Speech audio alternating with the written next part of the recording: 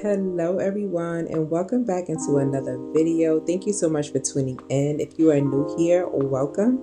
My name is Kenia, and on this channel we talk about faith, lifestyle, and wellness. And in this vlog, we're going to be deep cleaning and talking about Jesus. Now, what better way is it to just declutter, to clean and reset and talk about the Word of God? And the Lord has been pressing it on my heart in regards to the inability of letting things go. And he led me to the book of Genesis, chapter 19, specifically talking about Gomorrah, Sodom and Gomorrah.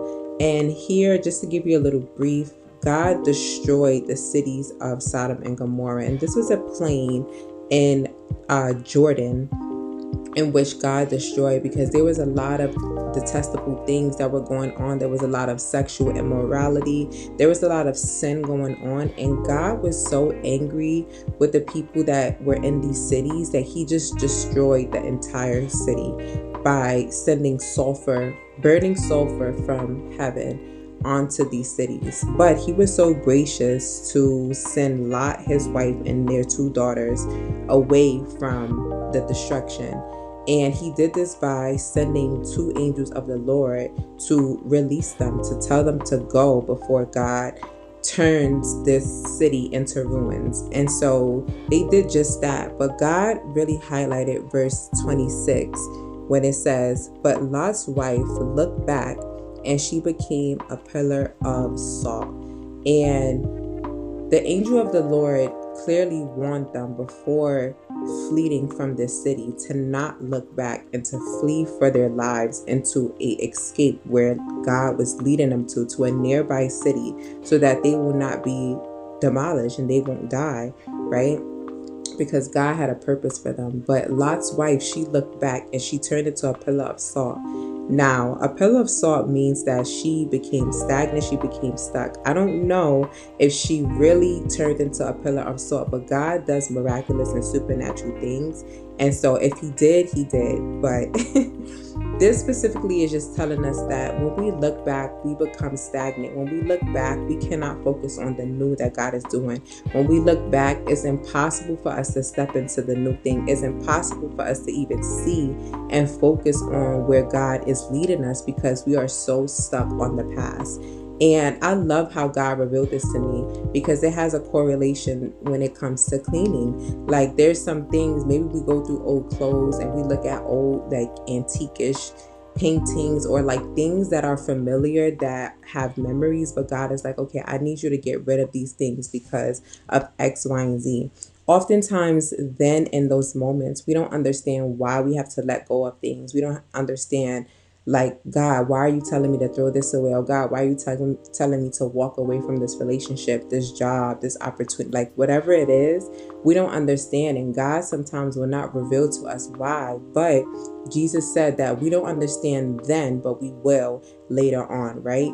But we still have to be obedient to what God is leading us to. He's telling us because he sees ahead. He knows what's to come. He's telling us to walk away from certain things. He's telling us to part from certain things because of a specific reason. And we are creatures of familiarity, right? We are accustomed to what's familiar. We like when things remain the same. Sometimes we don't like much change, right? We are okay with routine because we've already gotten used to it. But when God is doing a new thing, he does not want us to look back. Now, of course, it's okay to grieve the past. It's okay if we have to process the emotions, right? That's normal. That's healthy for us to process the emotions that come with letting go. But when we become so engage in the past and the things that what was right, and what was right, in the relationships that God has, broken off, right, and the friendships that God has broken off, and the things that he has told us to walk away from, when we're such in deep covenant with those things, it's impossible for us to move forward with where God has taken us. And so Lot's wife, she looked back and she was so focused on the destruction that she was seeing, right? She was paralyzed, right? She became a pillar of salt, immovable, stuck, right? But God does not want us to be that way. He has so much more for us. And if we only just fix our eyes on what's ahead, if we only just fix our eyes on Him, we will see that there is such a greater new beginnings. There's so much purpose. There's so much greater things ahead, right? Even though we may have to feel these emotions that come with letting go of things. And so the inability of letting go can keep us stagnant, can keep us stuck, right? Can keep us in bondage, right? When God is trying to set us free from the things that has been keeping us stuck, from the things that has been a stronghold to us in a negative way. God wants us to break free, but in order for us to do that, we cannot look back. We have to focus on where God is leading us. And so Lot's wife, she looked back and she was not able to continue to do the will of God. She was not able to flee to this city of escape, right? Because she was so engaged of what her life was in the past, what she has become accustomed to, what she has become familiar with, right? She's like probably saying to herself, like, I don't want to leave where I have grown up. I don't want to leave what I've known all my life. I don't want to leave what I have built over the years here, right? And sometimes we get like that. Sometimes we're stuck in our ways when God is calling us to something different, when God is calling us to something new. We are kind of stubborn if we're honest. Like, God, why? Like, I'm so used to it. Like, kind of like, if it's not broke, then don't fix it, right? But God is a God of growth. He desires for us to grow. He desires for us to move along. He desires for us to change. And God had to bring that city to ruins because there were so many people there that was not serving Him. They were practicing idolatry, witchcraft, sexual immorality, all of these detestable things that was not pleasing to the Lord. And God was so angry.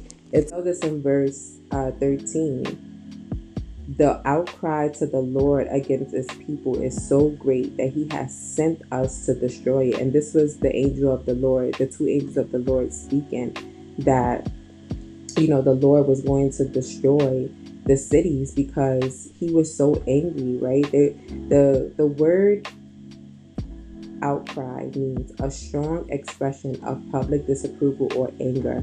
And so the Lord was grieved. He was displeased with what was going on in these cities. And anything that is not pleasing to the Lord and is continuously going on, God is going to show His wrath. He is going to display His wrath. And so He is so gracious that when there's things that are trying to destroy us, when there's things that are not safe for us, when there's things that are toxic, when there's things that are just detrimental to our destiny, He's so gracious to pull us away from that, even though we may not understand right then and there. He loves us so much. He's so kind and He is so loving and caring that He does not want us to get hurt. And even though we may have to deal with the aftermath of grieving what was lost, right, of grieving what was, right, God is going to replace those things of the old with new, right? He's going to restore us. He's going to repair our souls from the demolition that was, right? If only we can just fix our eyes on what's ahead. If only we can just continue to fix our eyes on Jesus, knowing that what He's taken away from us, He is going to replenish us with something greater. And so I just wanted to encourage you with this video. I pray that you are blessed and encouraged, and I pray that you will take heed to the words of the Lord and that you will spend some quiet time with the Lord. And if there's some things that are in your heart, that are in your soul, that are in your mind, behaviors, patterns, and old ways of thinking, allow God to clean you up, right? Allow God to strip you from those things so that you can focus on the new things that He is doing for you. I see you guys in the next video. Thank you so much for tuning in. Love you so much. Bye.